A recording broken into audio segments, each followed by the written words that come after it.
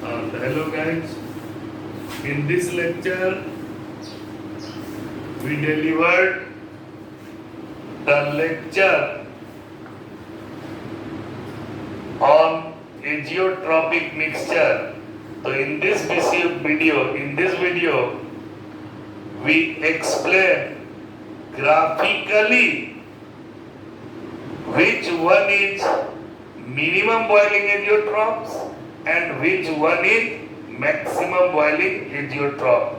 Means graphical representation of azeotropic mixture. ठीक है, तो ये azeotropic mixture is a type of non-ideal solution. Non-ideal solution showing positive deviation, and next is negative deviation. Okay, two types of same deviation is shown by the non-ideal solution from Raoult's law. Okay, this is the line for ideal solution.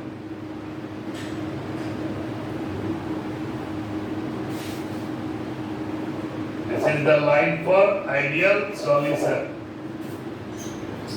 Example, mixture of 95% alcohol plus 5% water. This shows positive deviation from Raoult's law. ये Raoult's law से कैसा deviation देगा? Positive, और इसका boiling point घटेगा. Okay, ये ideal हुआ. Positive deviation का ग्राफ आप जानते हैं.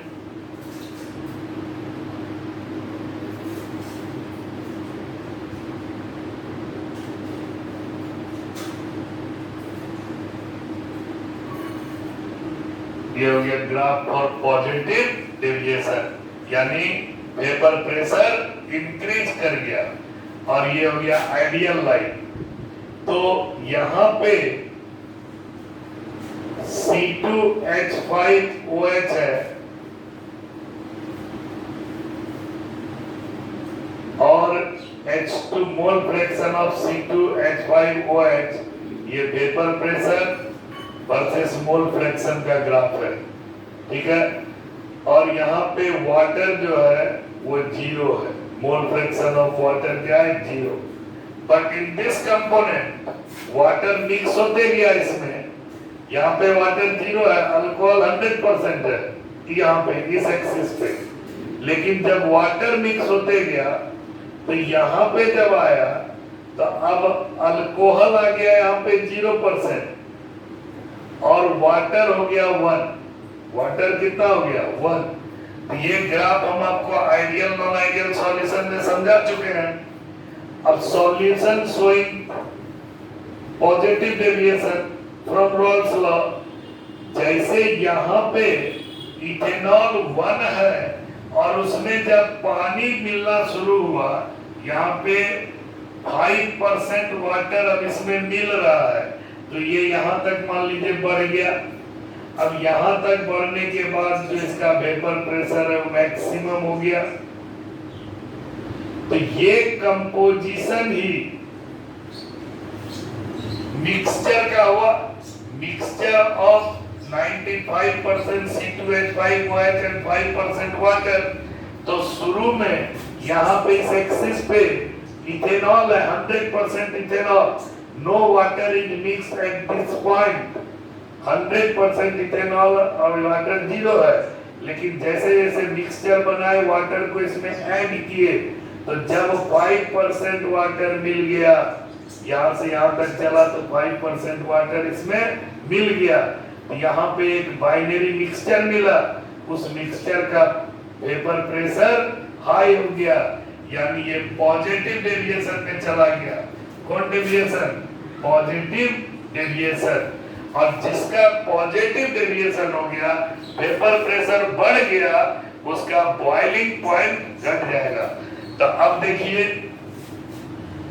कि इसी के नीचे इसका बॉइलिंग पॉइंट का ग्राफ अगर बनाएंगे तो आपको दिखाते हैं कि ये मिनिमम बॉइलिंग एजियोट्रॉप कैसे हुआ।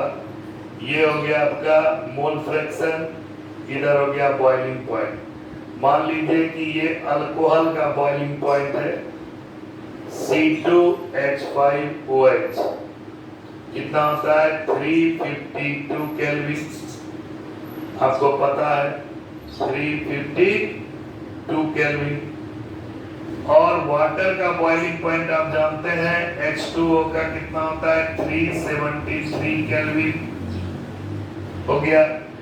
अब इसी को अगर हम नीचे की ओर बढ़ा दें, इसी एक्सिस से आपको समझ में आएगा।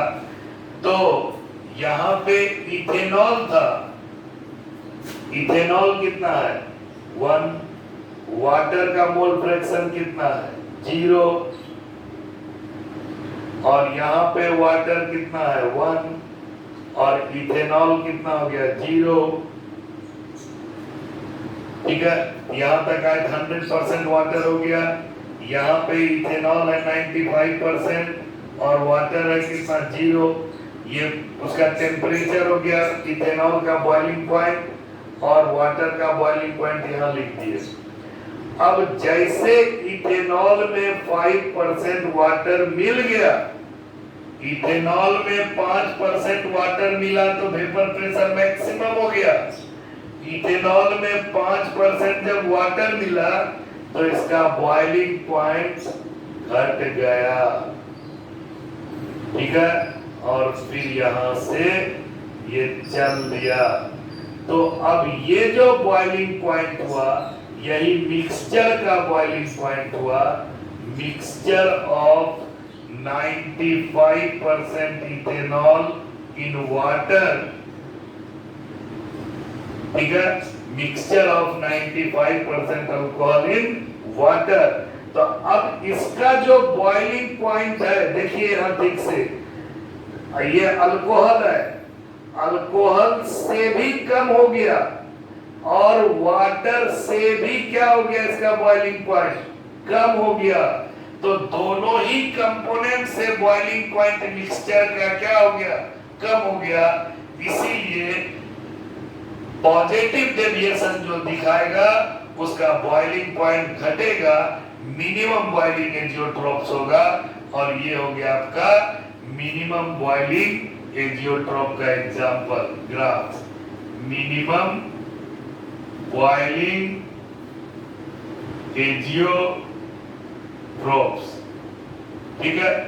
अब हम लोग मैक्सिमम बॉइलिंग एजियोट्रॉप्स को देख लें। मैक्सिमम बॉइलिंग एजियोट्रॉप्स, इसमें क्या होगा 68% HNO3 प्लस 32% वाटर। इस मिक्सचर में कैसा डेविएशन जाएगा, जो मैक्सिमम बॉइलिंग होगा निगेटिव डेविएशन जाएगा। कैसा डेविएशन जाएगा, निगेटिव डेविएशन। और मिक्सचर का बॉइलिंग पॉइंट क्या हो जाएगा, मिक्सचर का बॉइलिंग पॉइंट क्या हो जाएगा, हाई हो जाएगा। इसको भी जल्दी से ग्राफ से देख लीजिए। ये हो गया आइडियल, ये वाटर XH2O 100%, XHNO3 0, यहाँ पे XHNO3 1 और वाटर क्या हो गया 0, यानी 0%। तो इस जगह पे मोल फ्रैक्शन है और इधर वेपर प्रेशर है। यहाँ पे सिर्फ नाइट्रिक एसिड है, और जब नाइट्रिक एसिड में 32% वाटर मिल जाएगा इसका बॉइलिंग वेपर प्रेशर घटेगा, और ये ग्राफ आ गया। अब यहाँ तक आते आते इसमें 32% पानी मिक्स हो गया। यहाँ पे 100% HNO3 था, आगे बढ़ते गए पानी मिलते गया, और जैसे ही बाइनरी मिक्सचर मिला तो इसका वेपर प्रेशर क्या हो गया, निगेटिव चला गया। तो ये जो हो गया, ये निगेटिव डेविएशन शो किया। क्यों शो किया निगेटिव डेविएशन, क्योंकि जब HNO3 को वाटर में मिक्स किए तो इसका ये मिनिमम निगेटिव डेविएशन ऑफ क्यों गया? ये HNO3 और H2O को मिलाए तो इंटरेक्शन मजबूत हो गया।